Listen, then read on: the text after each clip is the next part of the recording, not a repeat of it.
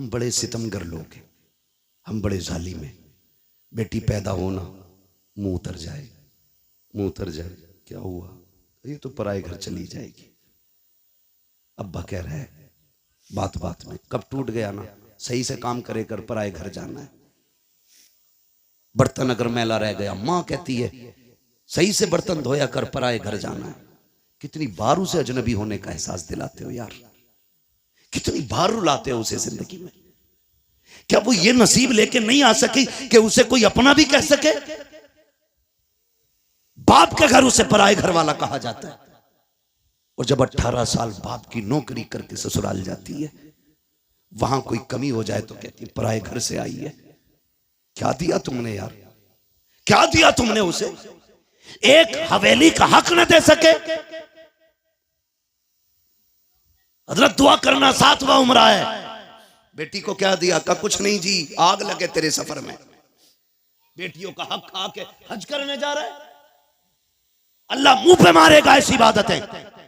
वो कहेगा बंदे का हक अदा नहीं किया, मेरा हक अदा करने आया। लाजिम है आप पे, आप बेटी का हक दे के जाओ। वरना इतना जरूर कर लेना, कम से कम 16 कमरों वाली हवेली में एक छोटा सा कमरा बेटी के नाम कर जाना। सोच रहे हैं ना मैं क्या कह रहा हूं? 20 कमरे की हवेली में एक छोटा सा कमरा बेटी को दे जाना, ताकि कल तेरे इंतकाल के बाद अगर वो आए तो अपना हक समझ के हवेली में पैर रख सके। भाई और भाभी की इजाजत की मोहताज ना हो। खुदा की कसम बेटियां तब नहीं टूटी जब बाप का आंगन छोड़ के प्रदेश गई हैं। बेटियां तब टूट जाती हैं जब उन्हें मैके आने के ताने मिला करते। कहां के इंसान है हम? कितनी इंसानियत हमारे बीच में? मुझे बताएं, अपनी बहन रोते हुए दरवाजे से जाए तो फिर तुझे इंसान कहलाने का हक किसने दिया? एक कमरा बेटी को दे के जाना। वरना कई बहनें रो के कहती हैं 7 साल हो गए भाई बुलाने नहीं आया। अब्बा थे तो मैं हर 8 दिन में, महीने में चली जाती थी। जब से बाप का जनाजा उठा मैं तो मैं कहीं भूल गई। क्यों? क्योंकि हमें दौलत प्यारी हो गई, रिश्ते प्यारे नहीं रहे। खुदा का वास्ता यार, बहनों के साथ ये सितम न किया कर। क्या बिगाड़ा बहनों ने हमारा? क्या बिगाड़ा? यही कि 18 साल बिना तनख्वाह के हमारे वक्त पे कपड़े धुलती रही, बगैर कहे हमें बिस्तर बिछे मिलते रहे। ये कसूर था बहन का कि जब भी तू परदेश से आया कभी तुझे ठंडा खाना नहीं खाने दिया। ये खता थी बहन की। बहनें कहती रही मेरा भाई यूसुफ आता होगा, मेरा भाई आकिल आता होगा, मैं उस वक्त रोटी पकाऊंगी जब ये दस्तरखान पे बैठेगा। बता इतनी फिक्र कौन करेगा? उसके लिए तुमने बहन छोड़ दी जो पका के रख के कहती किचन से निकाल के खा ले, जो कहती मुझे वक्त नहीं है, तू लेट आया, खाना मैंने वक्त पे बनाया था। उसके लिए बेटियां छोड़ दी। बदलो यार अपने आप को। खुदा की कसम बहुत बड़ी नेमत हुजूर के सदके में बहन की शक्ल में मिली है, बहुत बड़ी दौलत बेटी की शक्ल में मिली है। और मैं तो खुल के कहता हूं जिसने आजमाया ना हो आजमा लेना। जाओ तुम्हारी मर्जी करे, 8 दिन के लिए दिल्ली मुंबई या दुनिया के किसी कोने में घूमने के लिए चले जाओ। फिर जब पलट के आना जानबूझ के ताखीर से घर पे आना, 1 बजे 2 बजे रात को आना। बेटी अगर समझदार हो चुकी है आके दरवाजे पे खड़े होकर कुंडी खटखटाना। मैं अल्लाह की इज्जत की कसम खा के कह सकता हूँ सबसे पहले दरवाजे पे दौड़ के आने वाली जात जो होगी वो तेरी बेटी की जात होगी। सबसे पहले आवाज देने वाली जो जात होगी वो तेरी बेटी की आवाज होगी। और अगली बात सुन लो, रात के 1 बजे आना, कहना बेटी भूख लगी है। खुदा की कसम कितनी भी तुझे भूख लगी हो, कहना जल्दी कर ठंडी रोटी लेके आ। वो कहेगी अब्बा भी धक्के खा के आया है, परदेश से आया है, क्या घर आके भी ठंडी रोटी खाएगा? वो तेरी बेटी तुझे ठंडी रोटी नहीं खिलाती है क्योंकि तू उसका बाप है। तो तुम्हारे दिलों पे कैसे पत्थर लग जाते हैं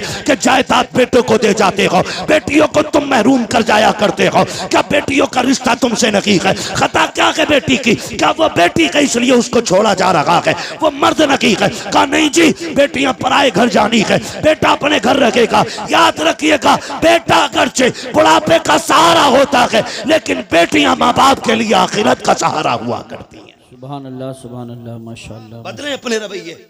और मुझे बात याद आ गई, अच्छा पैगाम। वक्त भी मुकम्मल हो चला है। आखिरी बात कह के बस मैं बात खत्म कर लूं। अल्लाह आपको सलामत रखे। और बोलिए सुने बहुत गौर से, बात पुरानी है लेकिन बरमहल कह रहा हूं जी, इरशाद। बहुत गौर से मेरी बात सुने। कभी कभी ना बेटियां वो कर देती हैं जो बेटे नहीं कर पाते। कभी कभी बेटियां वो कर देती हैं जो बेटे नहीं कर पाते हैं। अगर आप सोचे कि मैं बेटों की बुराई कर रहा हूं तो मैं भी बेटा हूं, आप भी बेटे। मैं रवैये बता रहा हूं, जी जी जी, रवैये बता रहा हूं। वरना बेटा तो अब्दुल कादिर जिलानी जैसा हो तो लाके दिखाओ। सुभान अल्लाह। आलम अरवाह में भी वली है, माँ के शिकम में भी वली है, और दुनिया में आने के बाद भी वली है। बेशक। जिसके तीनों दौर विलायत के, मगर प्रदेश जाते जाते माँ ने हाथ फैला दिया। अब्दुल कादिर जी अम्मी हाथ ला रख दिया। क्या बात है, एक वादा करके जा, कभी झूठ नहीं बोलना, झूठ नहीं बोलना। बात देखने में छोटी है लेकिन गहराई में जाओ तो बहुत बड़ी बात थी। हाथ पे हाथ रख दिया। मां जानती थी आगे डांकू मिलने वाले, ये भी जानती थी कि अब्दुल कादिर के पास उन्हें सोना नहीं मिलेगा। मां ने कहा झूठ नहीं बोलना। अम्मा ठीक है, झूठ नहीं बोलूंगा, ये कह के चले। मां ने सीने से लगाया, रोते हुए रुखसत किया। बेटे को दर्द होता है जब बेटा मां से जुदा होता है ना, बेटे को दर्द हो ना हो लेकिन मां का कलेजा आंखों में आ जाता है।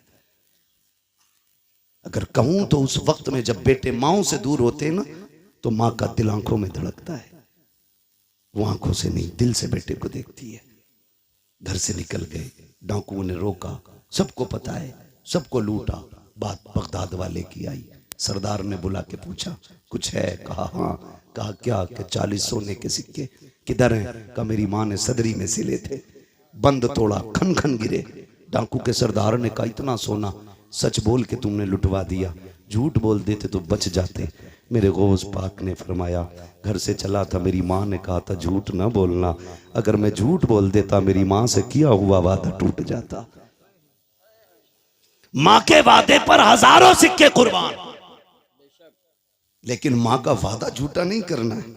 तड़प गया सरदार। उसने कहा कैसा बच्चा है, कैसा बच्चा है, हम खुदा का वादा भूल गए, तू माँ का वादा याद किए हुए है।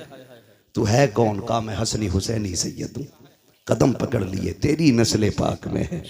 बच्चा बच्चा नूर का, तू है ऐने नूर तेरा सब घराना नूर। नींद लगने लगी है? नहीं लग रही ना? तेरा सब घराना नूर का। उसने कहा हाथ बड़ा, फिर तौबा करा। कहा क्यों? कहा अगर तू इतना सच्चा है तेरा खानदान कितना सच्चा होगा। फिर तौबा की। खुदा की कसम जब उसने तौबा की तो सारे चेले आ गए। उस्ताद जी चोरी साथ की थी, फिर जन्नत में साथ जाना है, जन्नत में भी साथ जाना। और ये बगदाद वाले का कमाल था, जिसे तौबा कराते थे खाली जन्नती नहीं रब का वली बना दिया करते थे। फरमाया गया जितनों ने हाथ पे तौबा की थी उस दिन अल्लाह ने सबको वली बना दिया, सबको वली बना दिया। सर भला कोई क्या जाने के है कैसा तेरा, औलिया मलते हैं आंखें वो है तलवा तेरा। अलहमा कहर है गौस वो तीखा तेरा, मर के भी चैन से सोता नहीं मारा तेरा। चलूं आगे तो ख्वाहिश है। और बोलिए। कभी कभी ऐसा होता है, थके तो नहीं है, देखो एक मसला सुनना है तो सब बोलो, के नहीं सुभान अल्लाह बोलो, हाथ उठा के सुभान। मैं आपकी मोहब्बतों पे कुर्बान जाऊं। मुझे प्रधान जी ने बताया और हमारे अब्दुल रऊफ भाई ने बताया कि पूरे गांव को बड़ी बेकरारी से इंतजार था। तो मैंने कहा प्रधान जी आज रब ने आपके दस्तरखान पे टुकड़े लिखे थे, आ गए।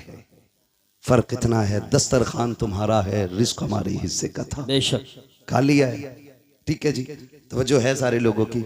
मैं थोड़ी देर बढ़ा दे रहा हूं बात, अल्लाह आपको सलामत रखे। मसला ये भी है प्रधान जी कि मुझे कल भी कहीं बोलना है, किसी को इतना ना चाहो कि दम निकल जाए, है ना? अल्लाह आपको सलामत रखे। तवज्जो है सारे लोगों की। बात बढ़ाऊं जरा, कह दें या रसूल अल्लाह। मैं बात अर्ज कर रहा था कभी कभी बेटियां वो कर जाती हैं जो बेटे नहीं कर पाते। क्या आप देखें, माँ बाप बूढ़े हुए, खांसने लगे, बहू ने क्या कहा, देखो जी जब ये खांसती है ना तुम्हारी अम्मा तो हमें पलटी होती, क्या करने का, इनको इतनी दूर कर दो कि मुझे खांसी की आवाज ना आए। तो बेटा चूंकि आजकल है बीवी का गुलाम, मैं नौजवानों एक बात कह दूं, वो औरत जो तुम्हें तुम्हारे माँ की फर्माबरदारी से अलग ना करे, उसकी इज्जत में कमी मत करना। बहुत अच्छी बात। और जो बीवी तुम्हें तुम्हारे माँ बाप से अलग करने पे तुल जाए, फिर उसके साथ कोई रहम ना करना। इसलिए कि बीवियां 1000 मिल सकती हैं, माँ बाप दोबारा नहीं मिल सकते हैं। बेशक बेशक। और मैं तो बहन बेटियों से कहूंगा, जिसकी भी बहन हो तो मेरी भी बहन हो, किसी की बेटी हो तो मेरी भी बेटी हो। मैं तो ये कहूंगा, तेरी जन्नत तेरे शोहर के कदमों में है और उसकी जन्नत मां के कदमों में है। तुझे अपनी जन्नत बचानी है ना, तो उसकी जन्नत को दूर ना करना। तू अपनी जन्नत की फिक्र कर, शोहर की जन्नत की भी फिक्र कर, वरना खुदा की कसम माँ इतनी बड़ी दौलत है, जब माँ चली जाए ना तो भरे घर खाली लगते हैं, भरे घर खाली लगते हैं। आसान लगता है ना इसकी माँ नहीं है कहना। कभी यतीम से पूछो माँ बाप क्या होते, कभी उससे पूछो जिसके सर पे माँ का साया ना हो, घर कैसा लगता है। कसम खा के कह सकता हूं, मैं उम्र 70 साल हो गई हो, 80 हो गई हो, बाल सफेद हो गए हो, और फिर भी पूछो अम्मा याद आती है, वो भी रो के कहेगा आज भी लगता है जैसे चौखट पे उसे मेरा इंतजार है। आज ना मैं नौजवान बैठे मेरे सामने, अम्मा कहती है ना जरा जल्दी आ जाया कर, सुन तू इकलौता है, कोई नहीं है तेरे सिवा। कहता कम भौंका कर, मैं दोस्तों के साथ था दुश्मनों के नहीं। ये जुमले हमारे होते हैं। अम्मा को बड़ी फिक्र होती है, बड़ी फिक्र होती है औलाद की।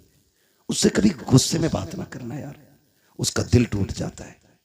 एक माँ बड़ी हसरतों से औलाद को पालती है, उसे बेवा की परवरिश का तो कोई जवाब ही नहीं।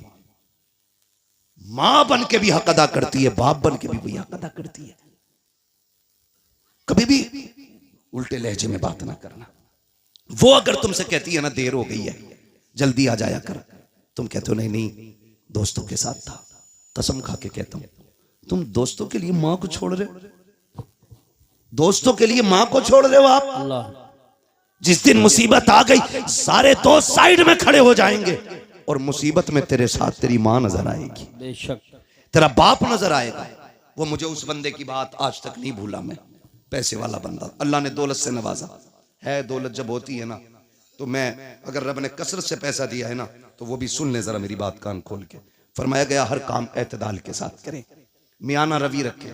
पैसा कसरत से है तो फिर जिंदगी होटलों में ना गुजारे, और पैसा नहीं है तो फिर लान तान किसी को ना करें। ठीक है जी, आप मियाना रविश रखें, पैसा कितने भी आ जाए दरमियानी तौर पे जिंदगी गुजारें, ताकि कल अगर बुरे दिन भी आ जाए तो कोई हमें जलील ना करे, रुसवा ना होना पड़े। बहुत ऊपर लेवल चढ़ के नहीं। आज 4 लोग जूता उठाने वाले, 5 पानी पिलाने वाले बन गए फटीचर, तो फिर लोटा भी पकड़ना नहीं आ रहा है। बहुत अच्छा पैगाम। मियाना रविश रखा करें। पैसे वाला था, दौलत दी अल्लाह ने, सैकड़ों दोस्त, अमीरों के बहुत दोस्त होते हैं, और गरीब को तो कोई वक्त पे कर्ज भी नहीं देता यार, उधार भी कोई नहीं देता।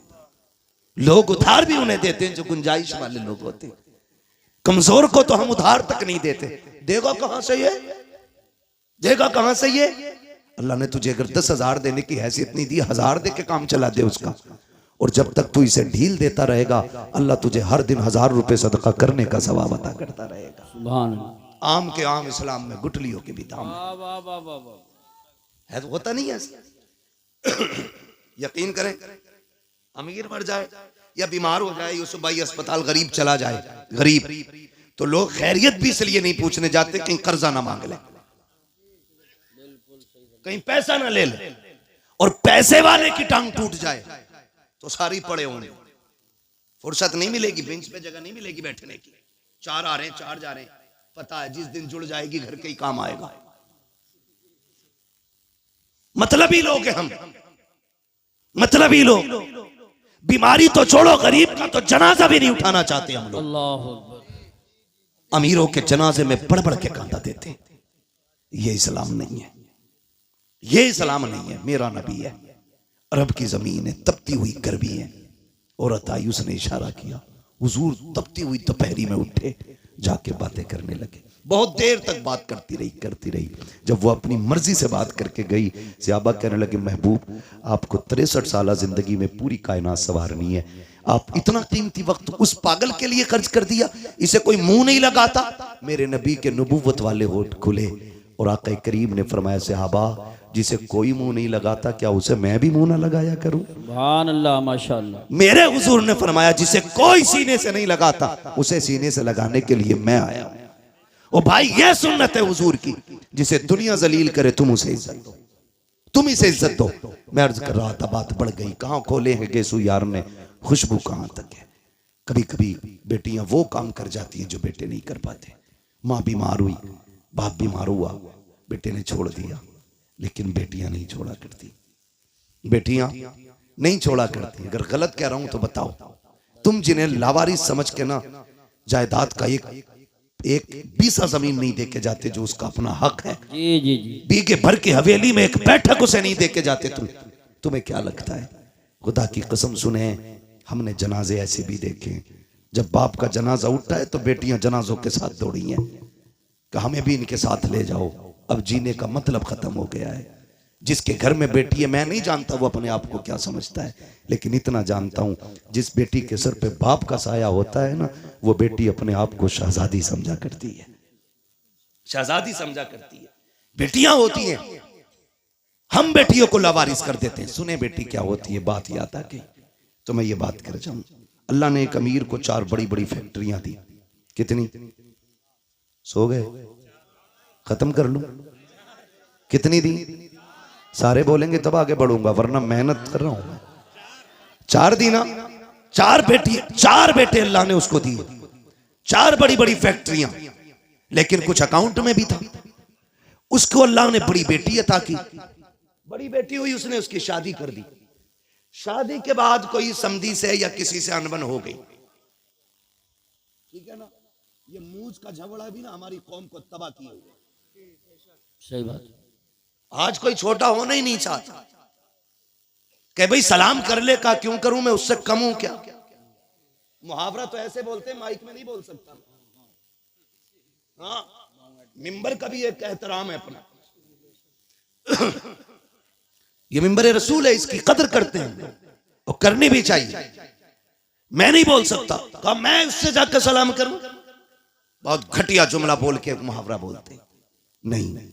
फरमाया गया जो पहले नाराज भाई को सलाम करता है अल्लाह उसके सारे गुनाह माफ फरमा दे, है ना? मरने के बाद सबको जन्नत चाहिए और जिंदगी में किसी को मतलब नहीं। गलत नहीं कह रहा हूं, मर जाना तो कह रहा मेरा अब्बा बड़े नेक थे, रोज 1 गिलास चिड़ियों को पानी पिलाते थे। चल चिड़ियों का पानी याद है, और तेरे अब्बा ने मोहल्ले भर का जो खून पी रखा था वो मरने के बाद में की याद आ रही है, जिंदगी में जो उसने खून पिया वो नहीं याद आया। अब तो ये चाहते हैं कोई मौलवी 40 में आए और कह दे मैंने ख्वाब देखा तेरा बाप जन्नत में, और ये रहे कागजात। यही बात सही कह रहा हूं मैं अखिल भाई? ये सोचे बैठे मुश्किल घड़ी है। हजरत अली कब्रिस्तान से गुजर रहे हैं, सलाम किया, अस्सलाम वालेकुम या अहल क़ुबूर। आवाज़ आई वालेकुम अस्सलाम। आपने फरमाया कब्र वालों बताओ क्या हाल है? उन्होंने कहा अली पहले ये बताओ जिन्हें हम छोड़ के आए थे उनके क्या हाल है। कहने लगे किन की बात कर रहे हो? कहा हम अपनों की बात कर रहे हैं। मौलाए कायनात फरमाते हैं किसे अपना कहते हो? वो तू जिसे बेवा छोड़ के आया था उसने निकाह कर लिया, जो तेरे यार थे उन्होंने दूसरे दोस्त बना लिए, और वो जो तूने हवेली बनाई थी ना, तेरे बच्चों ने इतनी दीवारें खड़ी की हैं कि घर का घरुआ बन गया है।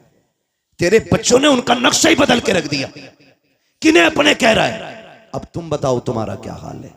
उन्होंने कहा हम ये समझते थे बिल्डिंगें गाड़ियां ये कामयाब जिंदगी है। कहा कब्र में आए तो पता चला कि यहाँ पे दुनिया का सिक्का नहीं, जाके जमाने से बता देना यहाँ मदीने वाले की गुलामी का सिक्का चला करता।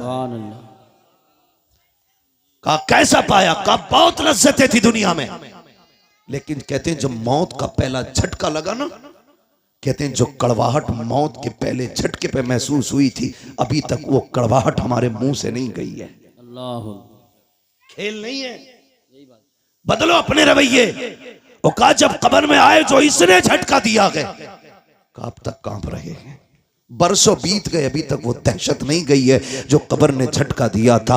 अभी तक उस दहशत को हम भुला नहीं पा रहे हैं। अली जाओ जमाने को बता देना कि तैयारी कर ले, यहाँ पे दुनिया का सिक्का नहीं हुजूर की गुलामी का सिक्का चला करता है। ओ मेरे भाई कान खोल के सुनो, हुए नाम वर बेनिशा कैसे कैसे, ज़मीं खा गई आसमां कैसे कैसे। कोई यहाँ दौलत वाला, इज्जत वाला, शोहरत वाला कोई नहीं बचने वाला है। हमें खत्म हो जाना है, मगर खुदारा रवैये बेहतर कर लो, अखलाक अच्छे कर लो। अल्लाह ने 4 बेटे दिए, 4 मीलें दी। मूंछ के झगड़े की खातिर 10 साल बेटी के दरवाजे पे नहीं गया, बेटी से कांटेक्ट ही खत्म कर दिए। लेकिन बेटी तो बेटी होती है। लेकिन देखो हालात बदलने में देर नहीं लगती है। अगर अच्छे दिन ज्यादा नहीं देर टिक पाते हैं तो बुरे दिन भी ज्यादा देर नहीं रुक पाएंगे। अगर बुरे दिन ज्यादा दिन नहीं रुकते हैं तो अच्छों की भी कोई उम्र नहीं होती है। अल्लाह कादिर मुतलक है, जब चाहे तब तब का पलट देता है। कभी तख्त से उठा के तख्ते पे डाल देता है, कभी तख्ते से उठा के तख्त पे बैठा देता है। ये वही कादिर मुतलक है। कभी उसकी जात को ना भूलना,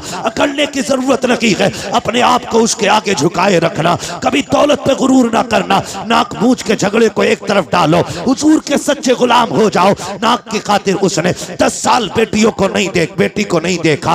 इत्तेफाक से तबीयत खराब हुई, दर्द हुआ, हॉस्पिटल लोग लेकर के चले गए। डॉक्टर ने चेकअप करके कहा तेरे गुर्दे फेल हो चुके हैं, अब जिंदगी कम रह गई है। उसने कहा बड़ा पैसा है, इलाज की कोई सूरत? उसने कहा बच जाएगा अगर तुझे गुर्दा मिल जाए। उसने कहा जितना चाहे पैसा ले ले, अल्लाह ने बड़ी दौलत दी है, गुर्दा चेंज कर दे। डॉक्टर ने कहा नहीं जी, ये गुर्दे मिला खरीदा नहीं करते हैं। कहा फिर? कई तेरा अपना गुर्दा देगा, उसके बाद तेरी जिंदगी बच पाएगी। बड़ा घमंड था उसे 4 बेटों पर, बड़ा गुरूर था उसको बेटों पर। उसने कहा 4 बेटों के लिए जिंदगी कुर्बान कर दी, बूढ़ा हो गया इन्हें पढ़ाते लिखाते, क्या ये मेरे लिए इतना नहीं कर सकते? उसने कहा बुलाओ बेटों को। 4 बेटों को जब बुलाया गया, सबसे पहले बाप ने बड़े बेटे से कहा बेटे मैं कुछ और दिन जीना चाहता हूँ, तुम्हारे बीच रहना चाहता हूँ। डॉक्टर ने कहा जीना है तो एक गुर्दा लाना पड़ेगा। बेटे एक गुर्दा दे दे, मैं भी तेरे साथ कुछ दिन जी लूं। बेटे ने इतना सुना, लहजे बदल गए बेटे के। उसने कहा तुम अपनी जिंदगी बर्बाद कर चुके हो, हमारी क्यों बर्बाद करना चाहते हो? हम गुर्दा दे करके अपनी जिंदगी बर्बाद नहीं करेंगे। जब बेटे ने इतना कहा, उसने दूसरे बेटे की तरफ देखा, उसका भी यही जवाब। तीसरे बेटे की तरफ देखा, उसका भी यही जवाब। सबने इनकार कर दिया। फिर आज आंखों में एहसास के आंसू आए हैं। ख्याल आता है मैंने इनके लिए जिंदगी बर्बाद की जिन्हें मेरी एक सांस अच्छी नहीं लग रही है, जिनको जिंदगी मेरी प्यारी नहीं लग रही है। ओ खुदा का वास्ता बाप की इज्जत किया करो, बाप की कदर किया करो। अगर बाप जान भी मांग ले हंसते हंसते दे दिया करो, इसलिए कि तेरी जान बाप की उस रात की कीमत नहीं चुका सकती है जब वो रात को आधी रात में मजदूरी करके पैदल आया था, कोई सवारी पर बैठाने वाला नहीं था, थक के आया, तूने मुस्कुरा के अब्बा कह दिया था, उसकी सारी थकन तेरे 2 जुमलों से उतर गई थी। नारे तकबीर, नारे रिसालत, नारे गौसियत, मसलके आला हजरत। वो बाप है। और नौजवानों में तुमसे कह दूं, बाप एक दरख्त है, औलाद एक टहनी है।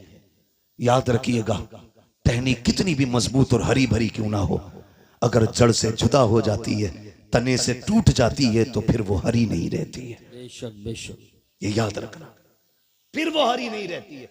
जो औलाद माँ बाप के साये में परवरिश पाती है, उसके वजूद की नशो नुमाई अलग होती है। और जो बाप से दूर रहते हैं, वो जिस्म कभी फल नहीं पाते। बेशक, इसलिए कि बाप का साया ही बेहिसाब बरकत वाला होता है, बेहिसाब बरकत वाला। टूट गया बाप, डॉक्टर से कहा चल यार, मुकद्दर में जिंदगी की चंद सांसें हैं, हॉस्पिटल ले चल, इलाज कर। उसने कहा क्या इलाज करना? गुर्दे फेल, फिर आदमी खत्म। कहा कोई तो दवा होगी। कहा कोशिश करता हूं, बचना नहीं है, कुछ सांसें अगर हिफाजत से आ जाएं। उसने कहा ठीक। भर्ती हुआ, बेटे लौट गए। बाप नाराज हो गया। जब यह हादसा हॉस्पिटल में हुआ ना, तो बात खानदान तक पहुंची, चलते चलते रिश्तेदारियों में पहुंची, फिर ये बात चलते चलते उस बेटी के दरवाजे तक पहुंच गई जिसके दरवाजे पे 10 साल से बाप नहीं गया था। उसके दरवाजे पे पहुंची जिसके दरवाजे पे 10 साल से बाप नहीं गया। उसे पता चला बाप के गुर्दे फेल हो चुके हैं। डॉक्टर ने गुर्दा मांगा गया, भाइयों ने देने से इनकार कर दिया कि कोई अपना ही देगा तब जिंदगी बचेगी। 6 माह के बच्चे को सीने से लगाया, 100 किलो 150 किलोमीटर का सफर करके बेटी हॉस्पिटल आ गई, बाप से नाराजी है। डॉक्टर से आके कहती फला नाम का मरीज किस वार्ड में है? कहा फला वार्ड में। कहा जल्दी कर मेरा गुर्दा निकाल और उसके डाल दे। कहा तू है कौन? का बस ये ना पूछ, अब तो सब मना कर चुके हैं, फिर तहकीक किस बात की है? मेरा ऑपरेशन कर, तुझे गुर्दा चाहिए, मैं देने आई हूँ। बच्ची ने गुर्दा दिया, वापस जाने लगी। कुछ दिन रुकने के बाद जब वापस जाने लगी डॉक्टर ने कहा बेटी बताना तू है कौन? कहा क्या करेगा पूछ के? कहा अगर मरीज ने पूछा तो क्या बताऊं? कहा कुछ मत बताना। उसने कहा नहीं बताना, मेरी भी जिम्मेदारी बनती है, कुछ तो बता के जा, कहाँ की रहने वाली है? बच्ची ने कुछ नहीं बताया। कहा अगर जिद करता है तो कागज कलम दे दे। बेटी ने एक तहरीर लिखी, लिखने के बाद बंद की, कहा इसको संभाल के रख, अगर निकलने के बाद मरीज खुद पूछे तब ये निकाल के देना, अगर ना पूछे तो दे मत देना, इसे फाड़ के फेंक देना। अल्लाह अकबर इतना कह के बेटी तो चली जाती है। कुछ दिन के बाद जब उसकी छुट्टी होने वाली है, पूरा खानदान आ गया, चारों बेटे आ गए, क्योंकि अकाउंट में बैलेंस बाकी था। उन्होंने सोचा मरते मरते अब्बा को राजी कर लो, लेकिन बाप बाप होता है, जब बाप की अना पे आ जाती है तो मर जाता है, लेकिन औलाद के आगे झुका नहीं करता है। बाप को यही एटीट्यूड, यही काफी है कि वो तेरा बाप है। खुदा की कसम जब बेटे दरवाजे पे आके खड़े हुए हैं, सबने कहा था मिलना चाहते हैं, कहा मुझे किसी से नहीं मिलना है। जो लोग खिदमत थे कहा पहले वहां लेके चलो, मैं डॉक्टर का शुक्रिया अदा करना चाहता हूँ। डॉक्टर के पास बाप गया, कहा यार तेरा एहसान है, मेरे अपनों ने तो ठुकरा दिया था, तूने जिंदगी बचाई है। डॉक्टर ने कहा मेरा शुक्रिया अदा न कर, शुक्रिया अदा करना है तो उस बच्चे का शुक्रिया अदा कर जो तुझे गुर्दा दे के तेरी जिंदगी बचा के गई है। जैसे इतना सुना बेकरार हो गया। कहा कौन थी वो बच्ची? का नाम नहीं बताया। कहा कहाँ की रहने वाली थी? का कुछ नहीं कहा। कहा अब कहाँ तलाश करूं? का मैं क्या बताऊं? का कोई तो रास्ता होगा। उसने कहा याद आया, जाते जाते एक तहरीर दे करके गई थी। उसने अपने केबिन में जाकर के डेस्क से वो कागज निकाला, ला के दे दिया। का जाते जाते उसने ये दिया था। जैसे उसने उसको खोल करके पढ़ा है, अभी पहली लाइन पढ़ी है, चीख निकल जाती है, जमीन पर बैठ जाता है। डॉक्टर ने कहा यार बता तो सही, इस तहरीर में ऐसा क्या लिखा है कि तू खुद को ना संभाल सका? उसने कहा डॉक्टर मैं वो कमनसीब बाप हूं जो 10 साल से अपनी बेटी के दरवाजे नहीं गया था। ये जो खत है मेरी उसी बेटी का खत है। कहा इसमें लिखा क्या है? बच्ची का खत पढ़ के तो सुना। उसमें लिखा था अब्बा जी तेरी बेबस और मजबूर बेटी का सलाम, तेरी बारगाह में कबूल हो। अब्बा मैं वो कमनसीब बेटी हूँ 10 साल से तू जिसके दरवाजे पे नहीं आया। अब्बा मुझे ये नहीं पता मेरी खता क्या है, मेरा कसूर क्या है, मैंने तेरा बिगाड़ा क्या था। अब्बा जी तुझे क्या बताऊं, 10 सालों में जितनी ईदें आई हैं, दुनिया चांद देखने के लिए छत पे चढ़ती है, लेकिन मैं अपना चांद देखने के लिए दरवाजे पे आती हूँ। अब्बा जब चांद नजर आता है लोग मुबारकबादियां देते हैं, मेरे बच्चे भी आके कहते माँ सबने तो कपड़े पहन लिए हैं, तुम कब पहनोगी? तो मैं कह देती हूँ ए बेटे जब तुम्हारा चांद दिख गया तुम्हारी ईद हो गई है, अभी मेरा चांद नजर नहीं आया है, जब मेरा चांद नजर आएगा तब मेरी ईद होगी। अपने बच्चों से ये कह दिया करती हूँ अब्बा 10 साल हो गए तू पलट करके नहीं आया, ए मेरे बाप तूने 4 मीलें बेटों के नाम कर दी, जायदाद में मुझे फूटी कौड़ी नहीं थी। अब्बा मैं तुझसे नाराज नहीं हूँ, मुझे तेरी नाराजगी की वजह तो नहीं मालूम है, लेकिन मेरे बाप मैं तुझे गुर्दा देने आ गई हूँ, नाराज ना होना।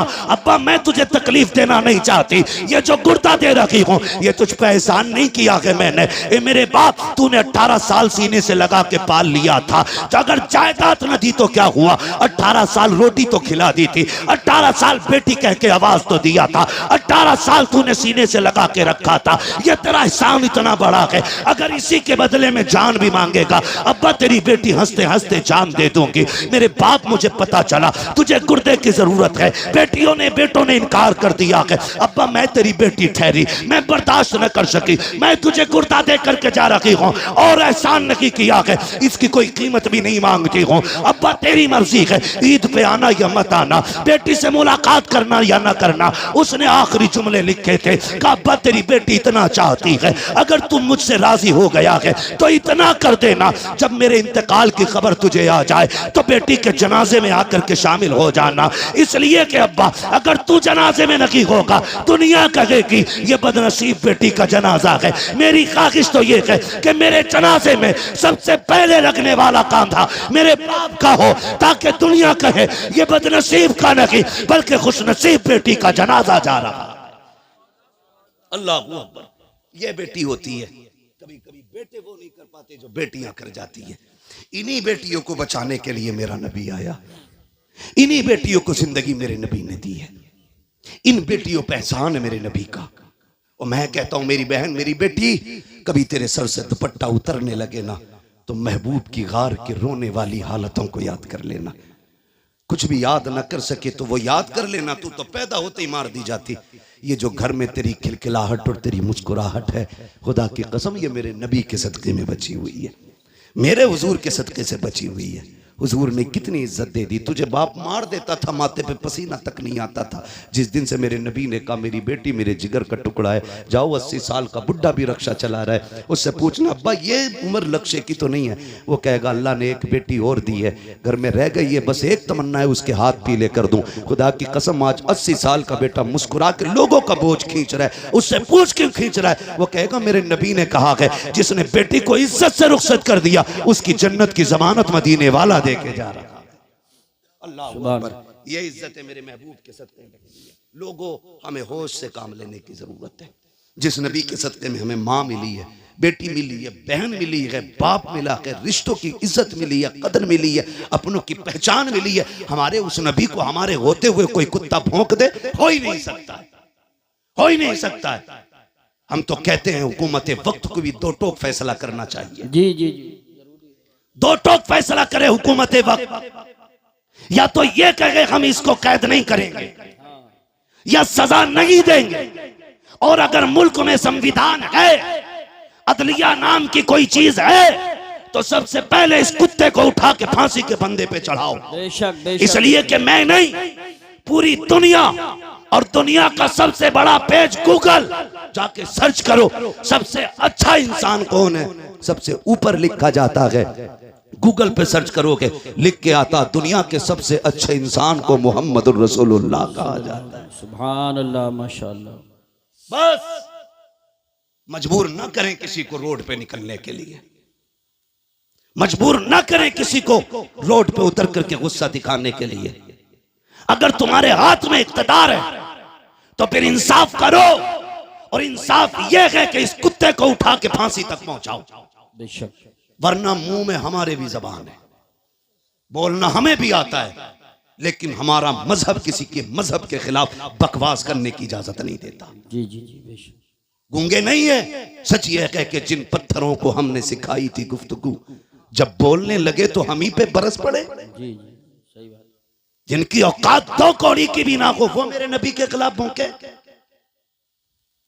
खुदारा आपसे मेरी इतनी गुजारिश है, अपने हुजूर के लिए सारे झगड़े मिटा के एक जगह आओ, एक सफ में खड़े हो। खानदानी झगड़े खत्म, रिश्तों के झगड़े खत्म, दौलत के खत्म, ये आने जानी है, कोई मतलब नहीं है। और किसी की कब्र में कोई सोने का ताबूत नहीं रखेगा, किसी की कब्र के सराहने चांदी का सराहना नहीं लगना है। सबके लिए वही मिट्टी वाली जमीन, बेशक वही जमीन है। फर्क सिर्फ इतना है, जो हुजूर के लिए जिएगा उसकी कब्र जन्नत बनाई जाएगी, और जो हुजूर से बिछड़ के जिंदगी जिएगा उसकी कब्र अंधेरे का गड्ढा बनाया जाएगा। बेशक। तुम्हारे हाथ में है कब्र अंधेरी रखनी है कि रोशन रखनी है। मशवरे के तौर पे मैं ये कह के जाऊंगा, जमीन मैली नहीं होती, जमन मैला नहीं होता, मोहम्मद के गुलामों का कफन मैला नहीं होता। हुजूर से गुलामी का सच्चा वादा करें, एक ही सफ में खड़े हो जाएं, फरूई इख्तलाफात से निकल आएं, अपने असल मुद्दे पे नजर रखें। हमारा सब कुछ हमारा नबी है। मैं तो खुदा की कसम खा के कहता हूं, जो उनकी इज्जत पे आंच आई, हम अपनी इज्जत का क्या करेंगे भाई? जब उनकी इज्जत महफूज नहीं तो हमारी इज्जतों का होना क्या है? हमारी तो इज्जत भी हुजूर की चौखट से है, हमारा सब कुछ हुजूर से है। नौजवानों, अपने महबूब के लिए आवाज उठाना हमारा हक है।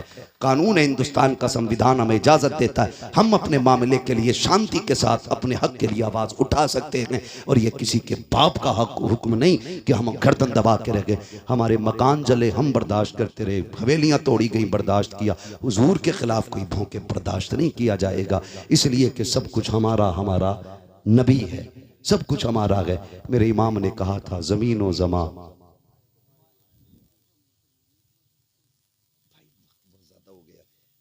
अलग ही बिल्कुल मौजूद हो जाए। नहीं मेरी बात नहीं, मेरे भाई मेरी बात सुने, एक बात सुन ले प्रधान जी, मेरी बात तो सुन लें प्लीज, मेहरबानी करें।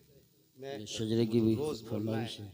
प्रधान जी, अगर एक ही दिन में दिल भरने वाला मसला हो ना तो बड़ा मुश्किल हो जाता है ना। टाइम का मसला नहीं, मेरी कंडीशन आप देखें, अल्लाह आपको सलामत रखे। मैं आपको बता दूं, देखो ना तो मैं शजरे, ना तो मैं सॉरी खुतबे लंबे करता हूं और ना बिला वजह की बातें रखता हूं। मैं खास बात वक्त पे करके मैं समेट लेता हूं।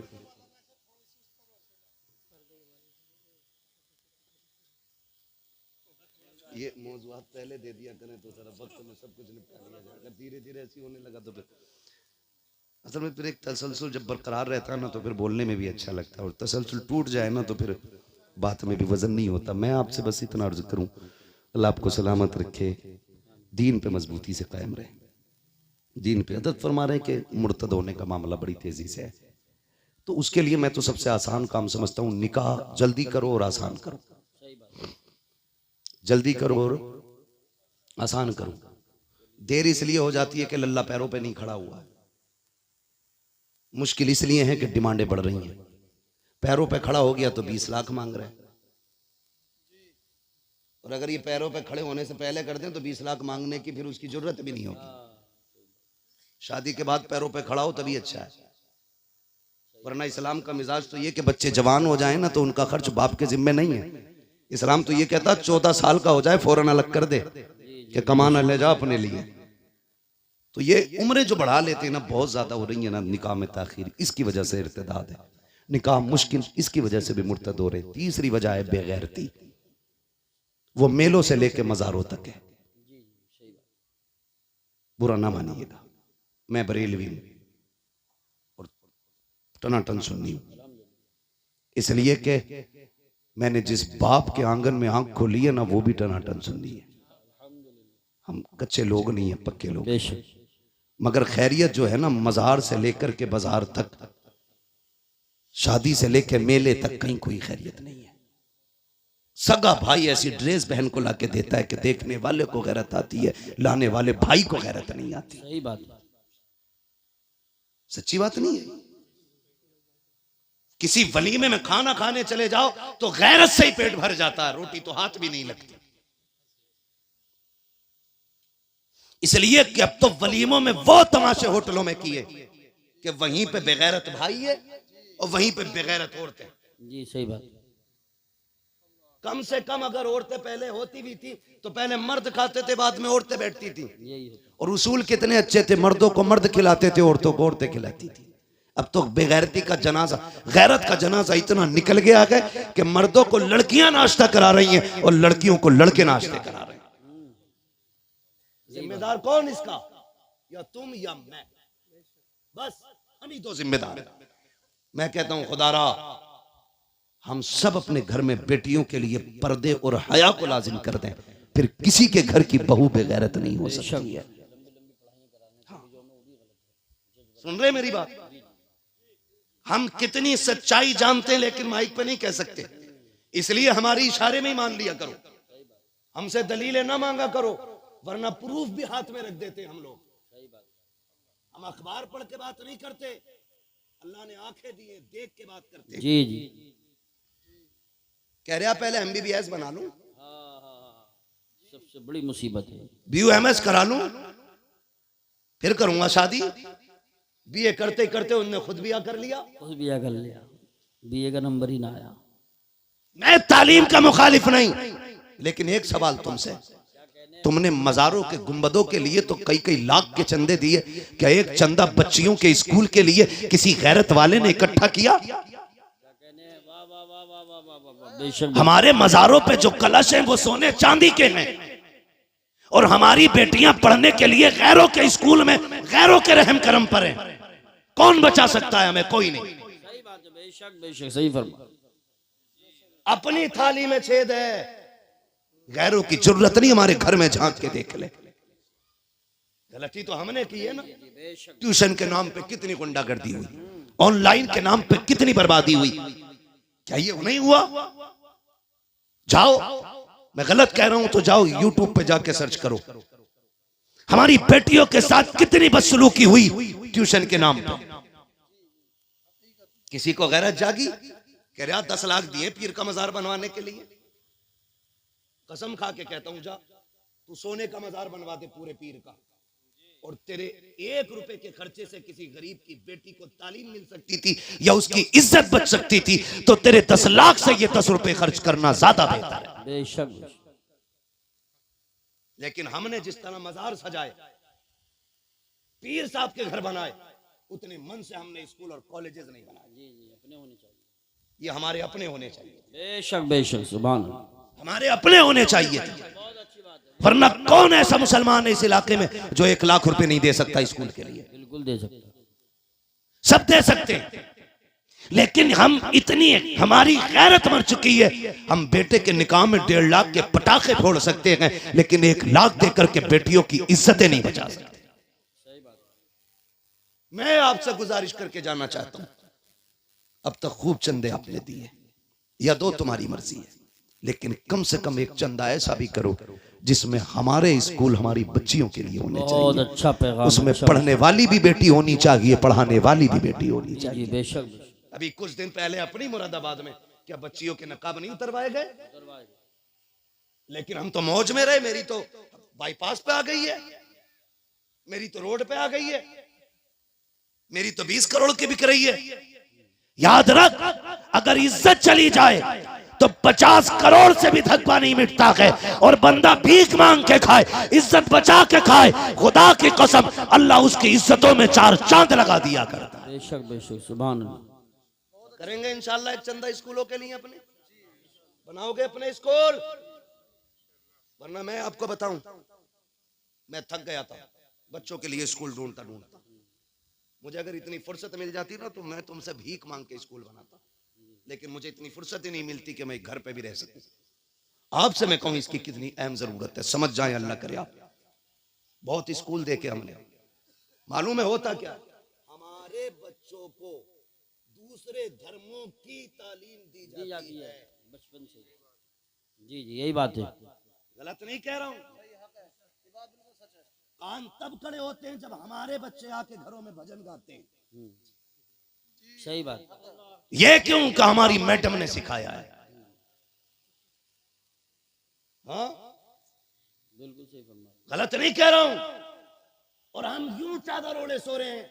याद रखिएगा, बिल्ली की आंख बंद कर, कबूतर की आंख बंद कर लेने से बिल्ली का खतरा टल नहीं जाता है। तुम अगर ये सोचे बैठे हो मेरी तो एक ही ये संभाल लूंगा, तेरी एक नहीं है, ये जितनी कलमा पढ़ने वाली है सारी तेरी बेटी। बेशक।